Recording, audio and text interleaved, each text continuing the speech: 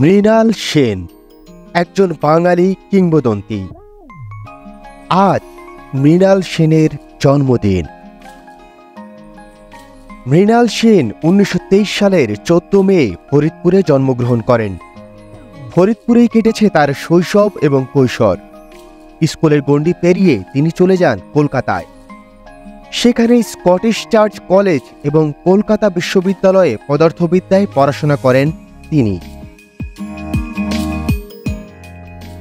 40-এর দশকে সমাজবাদী সংস্থা IPTA অর্থাৎ ইন্ডিয়ান পিপলস থিয়েটার অ্যাসোসিয়েশনে যুক্ত হন মৃণাল সেন। এরপরেই তার প্রতিভা ধীরে ধীরে বিকশিত হতে শুরু করে। এরই ধারাবাহিকতায় 1955 সালে মুক্তি পায় তার পরিচালিত প্রথম চলচ্চিত্র রাত ভোর। কিন্তু মুভিটি ব্যবসা সফল হয়নি।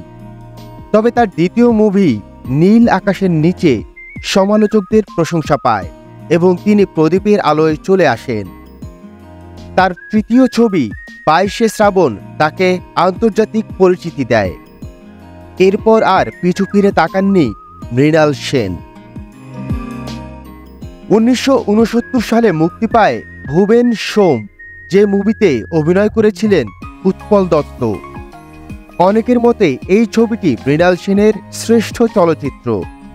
এছাড়াও 1971 সালে তিনি ভিন্ন একটি কাজ করেন। কাজটির নাম ছিল কলকাতা ট্রিলজি। এই প্যাকেজে ইন্টারভিউ, কলকাতা 71 এবং পদাতিক নামে 3টি চলচ্চিত্র মুক্তি পায় পরপর 3 বছরে, অর্থাৎ 1971, 72 এবং 73 সালে। মূলত পাকিস্তান এবং বাংলাদেশ যুদ্ধ এবং তার পরবর্তী কলকাতার অবস্থাকে ফুটিয়ে তুলেছিলেন মৃণাল সেন। তার অজস্র ভালো কাজের মধ্যে অন্যতম দুটি কাজ হল একদিন প্রতিদিন এবং খারিজ।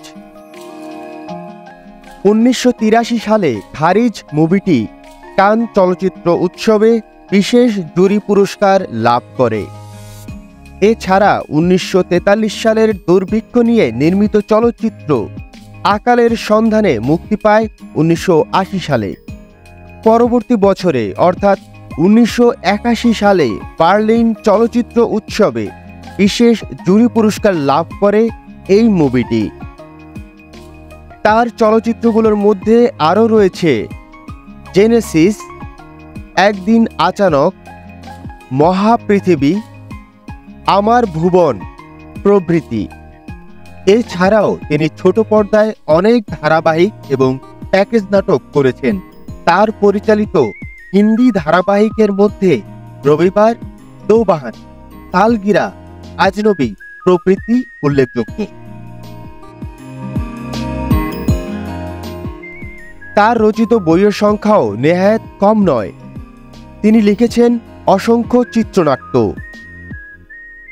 1918 সালের 30 ডিসেম্বর 95 বছর বয়সে বার্ধক্যজনিত কারণে তার মৃত্যু ঘটে।